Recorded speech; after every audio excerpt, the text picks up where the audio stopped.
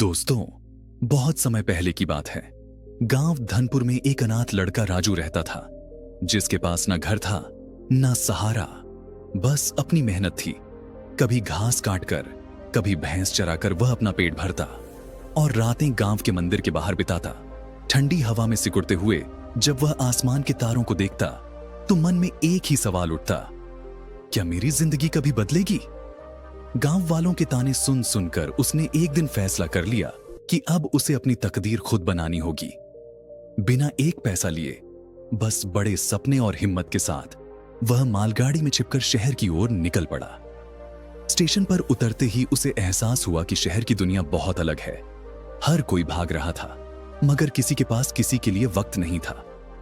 भूख से बेहाल वह कोने में बैठा ही था कि एक कुल्ली ने उससे पूछा, बेटा, यहां ऐसे क्यों बैठे हो?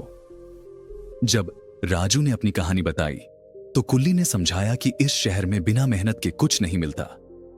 भगवान भी उसी की मदद करता है जो अपनी मदद खुद करता है। यह सुनकर राजू ने कुल्ली बनने का फैसला किया और अगले दिन से यात्रियों का सामान ढोने लगा। दिन भर काम करता, रात स्टेशन के कोने में सो जाता। ठंड और भूख अब भी थी, मगर उसके इरादे पहले से मजबूत थे।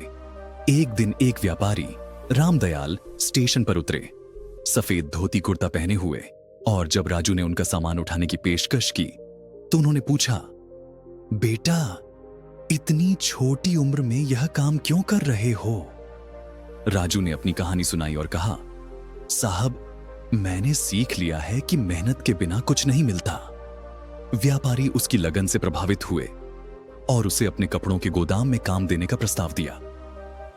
राजू की आंखों में आंसू थे। उसने हाथ जोड़कर कहा, साहब, आपने मेरी जिंदगी बदल दी। रामदयाल मुस्कुराए और बोले, बेटा, यह तुम्हारी मेहनत का फल है।